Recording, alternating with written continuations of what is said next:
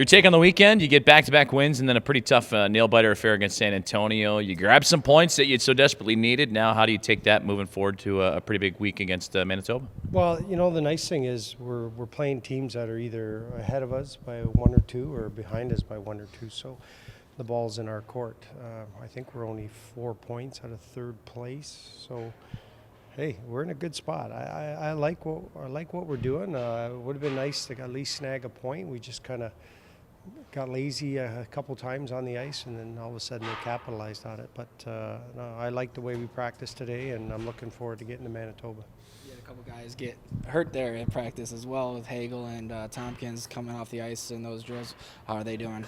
I didn't even notice that. I turn my head when I see players go down. They're fine. They're just a little, just little stingers, a little banged up, but they're fine. I asked them right away. I turned my head and I was just like, no, please. But I skated by and said, "You okay?" They go, "Oh yeah, we'll be okay." So they're good. How about the two guys in yellow, Chris and Kurashev? They seem to be moving around. How encouraged are you by their progress? That's huge. I mean, before Chad got hurt, he was playing some of his best hockey, and he was moving the puck well. He was skating well. Kurashev, before he got hurt, was probably on the radar of maybe even being a possible call-up. So I'm excited to have those two back. Kurashev, maybe possibility for Texas. Chad, maybe after Manitoba, and even with Motry too, after Manitoba. So that'd be Cleveland, I believe. So it's coming, but we just, like I said, it's nice that we're only 4 points out of a position, but you could also end up being 8 points out of a position after this week. So we just got to keep our head above water here and hopefully get healthy here and see what we can do.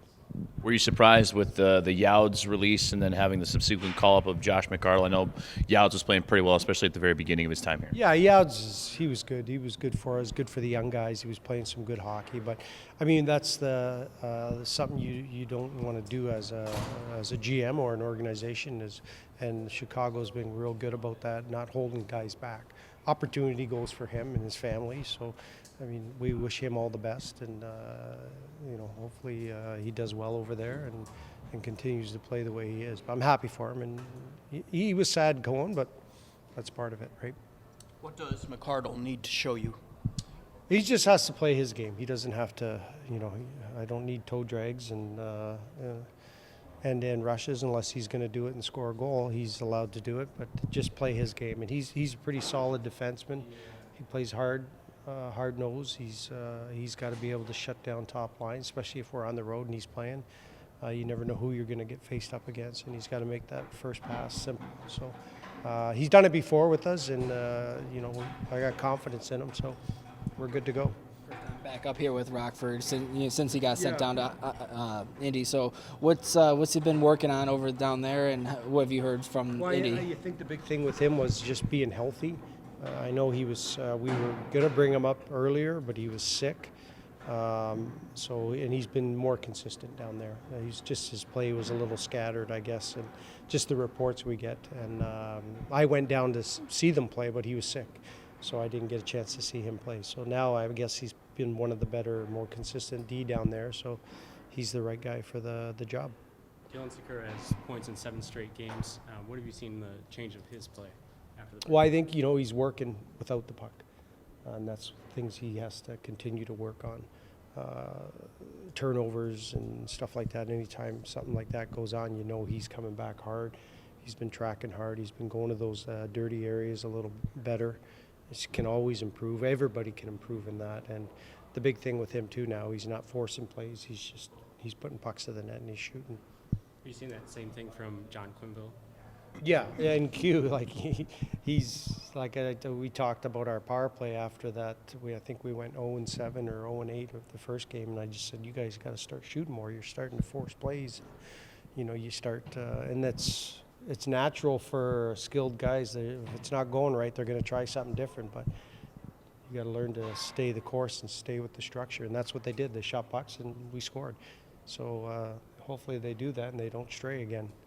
How difficult is it to continually try and win 1-0, 2-1? I mean, you've had a couple of outspurts where you've had 5 goals or whatever, but it's been constantly a theme for you guys. Exactly, and it is hard. It's a hard way to win hockey. It's a hard way to play because every shift the game's on the line, and you have to play. You have to be on. You can't drop your gear. You can't make a bad play because it's in the back of your net. But that's the way we have to play. We don't have the horses to just run it up. And the odd time, it's nice when you score those 5, 6, 7 goals, but we don't have that every night. We got to play sound structure in our end, and then when we do have opportunity, take advantage of it. And for the most part, we've been doing that pretty good.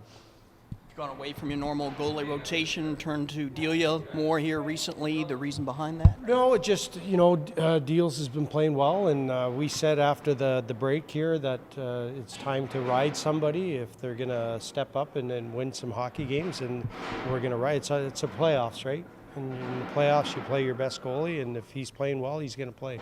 Now we'll go with Lankinen. Not that Deals was bad. He's just, we need to get a win. So next goalie up in line is Lanks, and if he runs with it, he runs with it. Good for him.